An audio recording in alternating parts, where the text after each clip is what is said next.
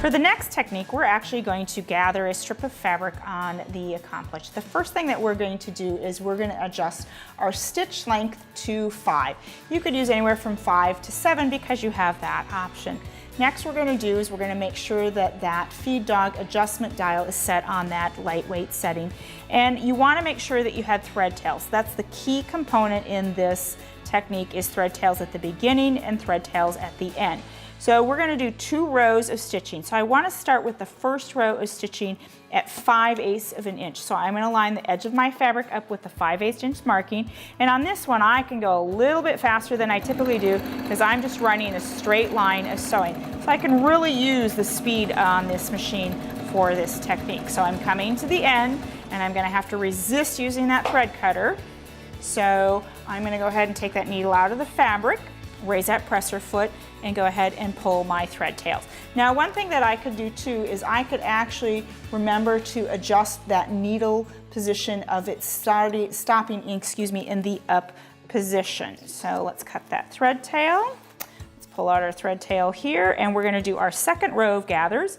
And we are going to do this just to the inside of our 5/8. So we're going to put this one actually at the 1/2 inch marking. And we're going to go ahead and again use that full speed on the machine, stitching all the way to the end. And this time, because I programmed the needle to stop in the up position, what will happen is the needle should stop up. The needle stopped up. I can raise the presser foot and I can go ahead, pull out my thread tail, use the thread cutter, and now I'm set to go ahead and gather my fabric.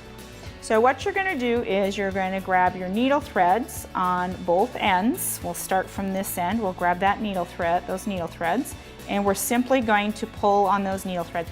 And you can see how easily, using that long stitch length of 5, how that fabric gathers. If I had used 6, my stitches would be a little bit longer, and 7, they would be even longer. So I'm halfway through with my gathering.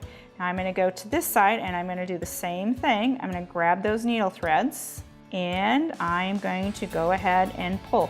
Some people will pull the bobbin threads. That's completely fine as long as you're pulling the same 2 threads, meaning if you're pulling the top, you pull both tops. If you're pulling the bottoms, you pull both bottoms. And again, now I'm going to go ahead and pull that, and now all I have to do is adjust my gathers, fit it into the project that I'm creating, and I have a beautiful set of gathers using the Baby Lock Accomplish, a longer stitch length, and the standard presser foot.